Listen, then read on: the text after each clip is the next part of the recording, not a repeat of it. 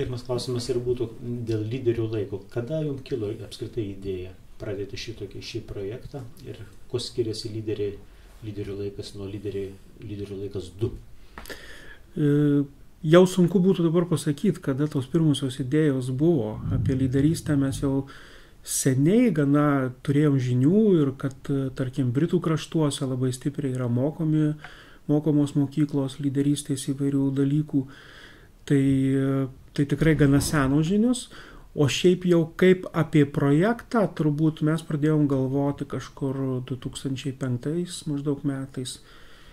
5-6 metais jau vyko pirmas toks surinkimas žmonių apie tai diskutuoti. Žodžiu, jau laiko tikrai yra gana nemažai praėję. 2 etapai, tai ne visai buvo mūsų sumanyta. Tai buvo nuspręsta dėl daugumos projektų, periodą visą skelti į 2 dalis. Tai turi ir savo pliusų ir minusų. Gal iš pliusų tai, kad leidžia reflektuoti truputėlį, kas jau padaryta, ir tada antrą etapą truputėlį gal naujai perplanuoti, atsižvelgiant į tai, kas pavyko, kas nepavyko ir panašiai. Bet gana daug minusų organizacinių dėl to, kad kai kurie dalykai, jos pasirodo netaip lengva tęsti. Daug organizacinių barjerų.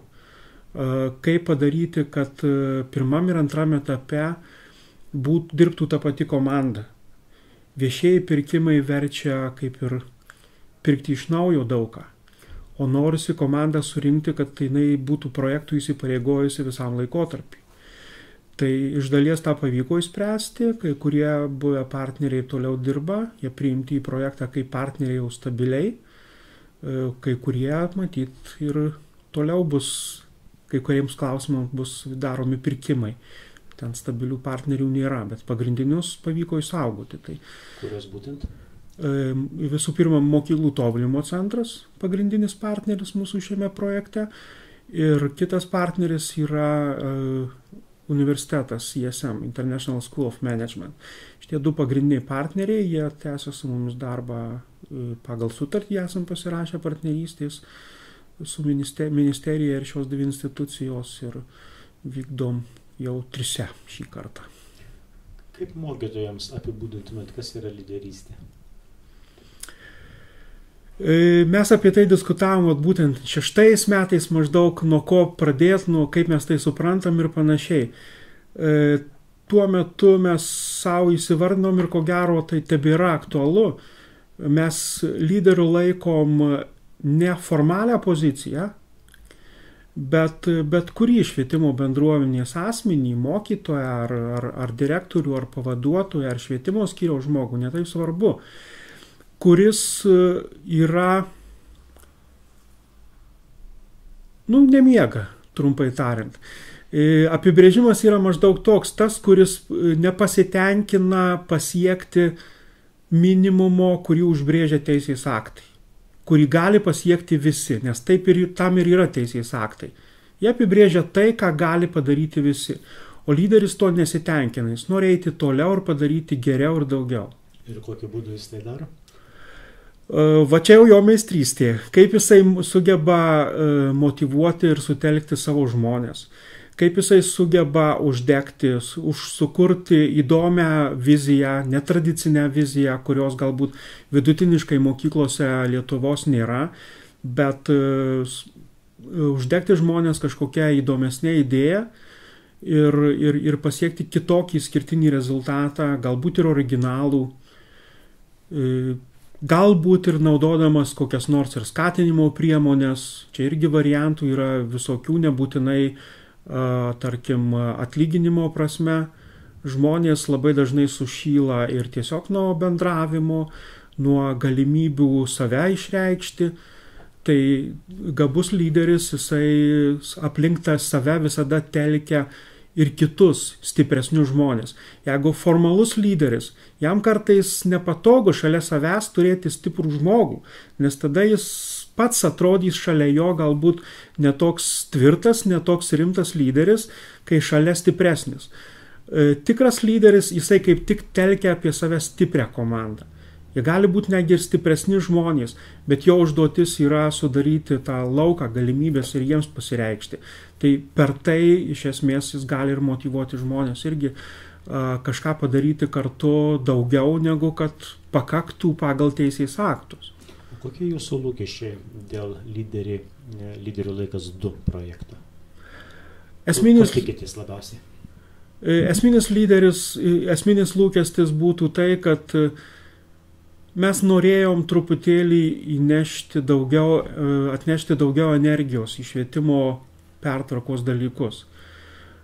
Nes pastaruoju metu jautėm ir tam tikrą abejingumą ar netgi abojumą, energijos tokį nuslopimą, pervargimą galbūt.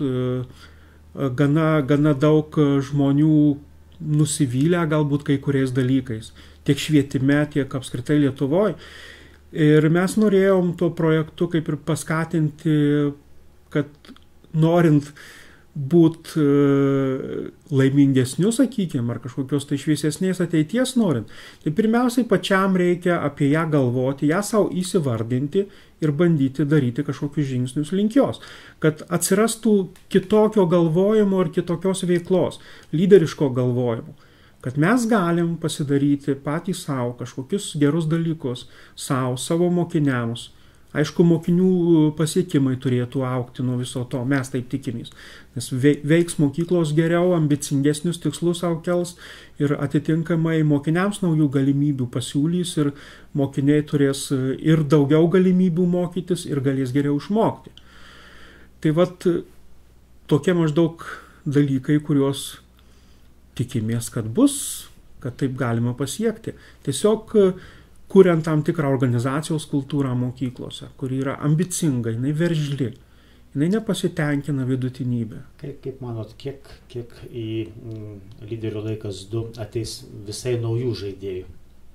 Mes esame įpratę dažnai matyti vis tus pačius veidus, tie patys žmonės labai dažnai sukasi per visus projektus, iniciatyvas tiek iš nevyriausybinių organizacijų, tiek iš ministerijos. Kiek jūs tikitės preliminariai procentais net galbūt, kiek tikitės tų naujų veidų? Sunku būtų pasakyti, mes taip tiksliai savo neįvardinom tokio procento ir tarkim, netgi ir šiuo momentu konkrečiai vyksta tokios diskusijos, kaip elgtis, kadangi gaunam paraiškas norinčių dalyvauti ir galvojam, kaip čia daryti, ar vėlgi tuos pačius gudriausius, protingiausius, kurie jau yra lyderiai, ar tuos, kuriuos reikėtų patempti. Greičiausiai bus kažkokio kompromiso. Bet kita vertus, tai aš esu optimistas ir aš matau, kad tų ir naujų atsiranda veidų pastoviai. Lyginant, žiūrint kokio atstumu lyginsi. Jeigu taip kaip pernai, tai gal tiek daug neatsiranda. Bet jeigu taip kaip prieš 10-15 metų, yra labai daug naujų veidų. Yra daug ir labai gražaus jaunimo. Yra jau užaugusi tam tikra karta, kurie galbūt nepriklausomybės pradžioje ir dar patys mokykloje buvo, dabar jau jie dirba mokyklose ir iš jų taip pat labai daug tikimės.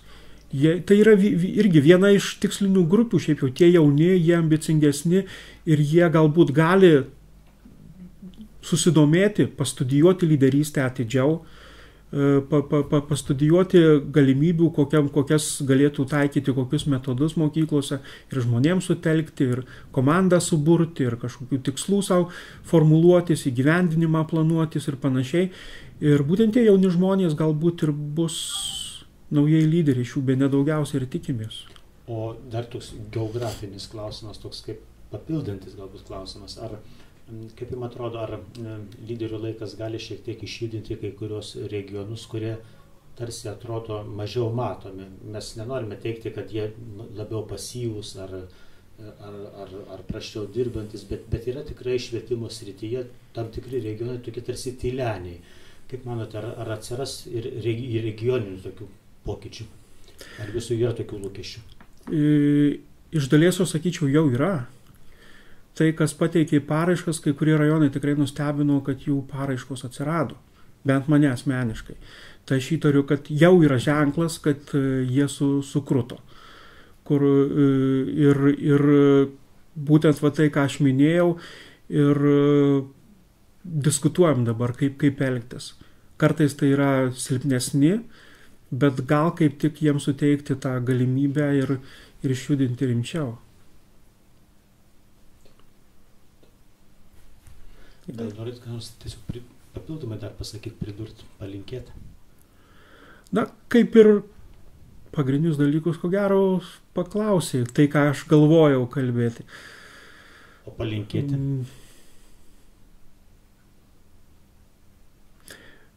Kaip nekeista, palinkėti norėtųsi taip, kaip buvo iš esmės ir projekte keliami tokie tikslai. Ar taip situacija įvertinama. Pradžioje nepriklausomybės mes turėjom žymiai daugiau energijos, tikėjimo, entuziazmo, todėl ir buvo sumanytas projektas, kaip ir pamėginti atgaivinti tą buvusią energiją tų laikų.